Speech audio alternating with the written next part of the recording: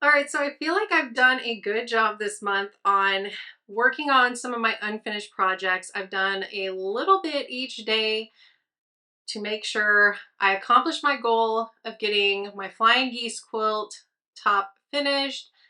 I haven't quite worked on quilting the other quilt or some of the other projects that I wanted to work on. So kind of started feeling a little bit discouraged because even though I feel like I've done a lot each day, I don't have anything done yet. So as I mentioned yesterday, I have this quilt that is mostly done. It has the quilting done, it has the binding done along most of the edges except one because I didn't buy enough lace. So anyway, I thought, you know what would really get me in a better mood and feel like I'm getting some stuff accomplished is getting one of my projects completely finished. And all I have to do is sew along one side of this quilt to get one of my unfinished projects completely finished. So why not do that? So that's what I'm going to do today. I'm going to get the lace on here, get the binding sewn completely on, and I think I'll feel a lot better, a lot more like I'm making progress toward the goals I set this month. So maybe you have a project like that. Maybe you have a project that you've sewn the binding onto one side and maybe you just need to hand stitch it to the back or stitch it to the front of the quilt, or you just have to get the binding made and add it on. Maybe try to work on that this week and get that one quilt completely done. I think I'm going to feel better. I'll let you know after I get this on. I'll let you know if I feel better now and more accomplished finally. It really feels good though to get some of this stuff done. Even though I don't have the flying geese all sewn and trimmed, it feels good to have a stack of them all sewn and trimmed. So I'm not saying that I'm not feeling like I'm making progress at all, but I do think it's going to feel really good in the first week to have one project already done. All right, I'm chatty today.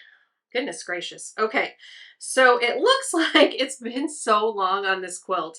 It looks like what I did was leave a little bit of an opening here so I could put this side down and then finish off the corner and sew along the other side. So I'm going to, I think, clip here in the corner so that I can just sew along here nice and easy. I'll link to the video in the description where I showed all the different lace ideas that I had for adding them in to the binding on a quilt.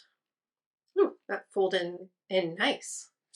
All right, I have some clips here. I'm just going to put a few in because usually I just hold along here to keep the binding in place. Sometimes I get that feeling where I want it to be a little more perfect and I'll glue the binding in place, but usually I can hold it in place enough to make me feel happy about how it turns out.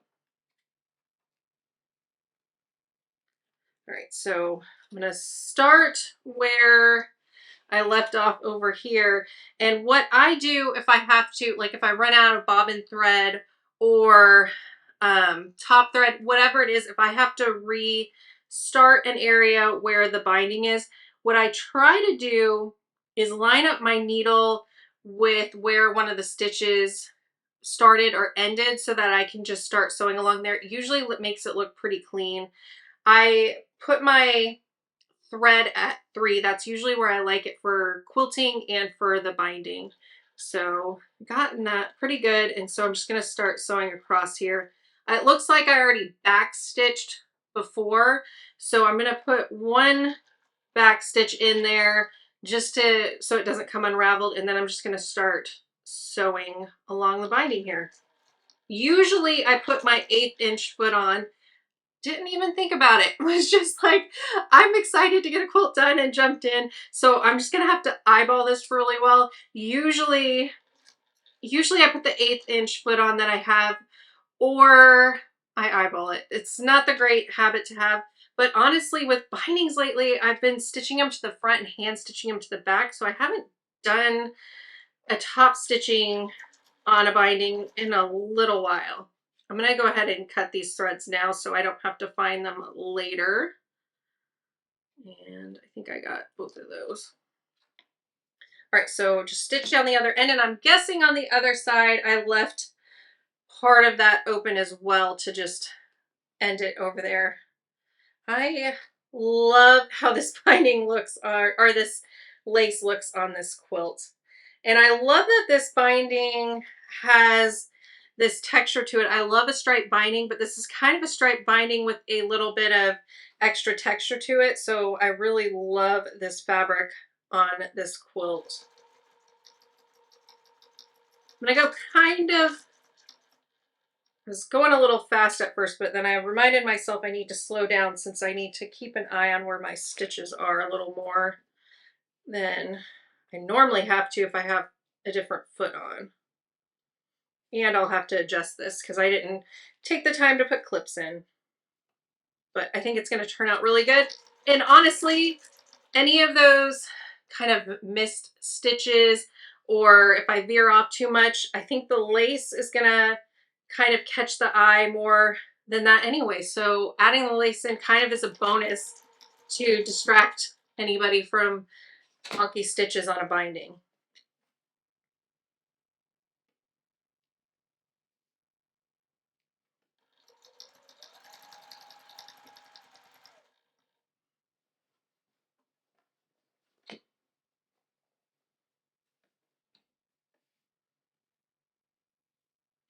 And by the way, if you're liking the way this quilt looks, it is a 9-patch on point. I shared a video a while ago, I'm not even going to guess how long ago, where I shared 2 different methods for doing a 9-patch quilt on point.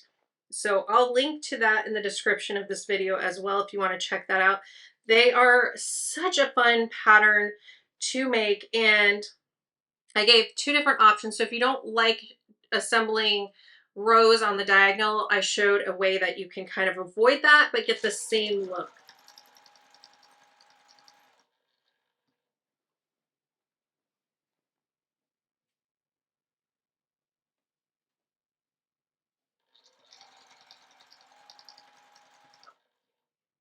Feel like I'm gonna run out of bobbin thread. I feel like this is the day it might happen. I just thought about, you know, I'm not sure when I last had to change the bobbin, and I've been sewing a lot of flying geese. So I think it's probably coming to time where that's gonna happen. Maybe I'm playing bobbin chicken right now. That'd be fun if I get right there to finishing and it's really low. I've lost a lot of bobbin chicken, but I've won a lot too. As much as I sew, that's gonna happen though. I love when I run out of bobbin when I'm piecing rather than when I'm quilting or doing a binding. All right, trying to get this over my shoulder and it's fighting me.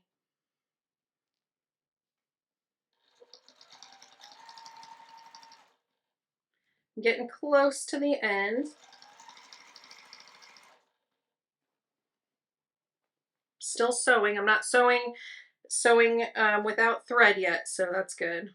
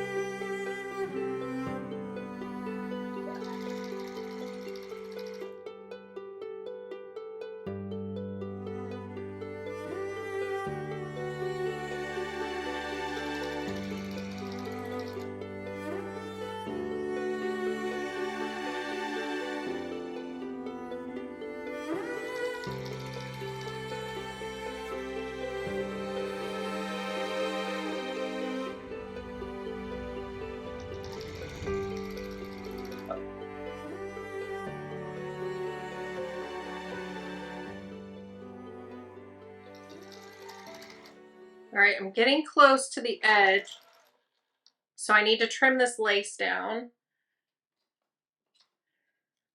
And I want to trim it so that it gets hidden in the, so the edge of it gets hidden into the binding here. So I'm going to trim it just a little longer.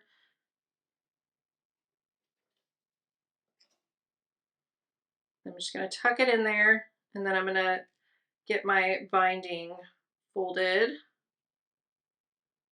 Perfect. My binding is really cooperating with me today.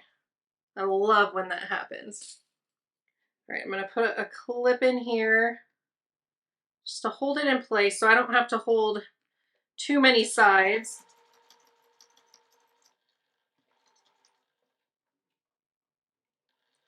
And then right when the needle gets up on the corner there where the binding is folded, that's when I stop, leave the needle down, and pivot the quilt. And then I just got to sew a little ways here to meet up with my threads that I sewed before when I had lace on here. So I'm going to try to get right on those stitches from before so they're kind of just hidden in there together. Back stitch once, and I'll cut my threads. So there we go. I have a project completely finished in August. I'm so excited to have one completely done. There wasn't a lot I needed to finish on this, but I finished it. It's done. It's checked off my list of unfinished projects, so I feel so good about that. Let me know in the comments if you've gotten anything finished this month or if you're really, really close to having it finished.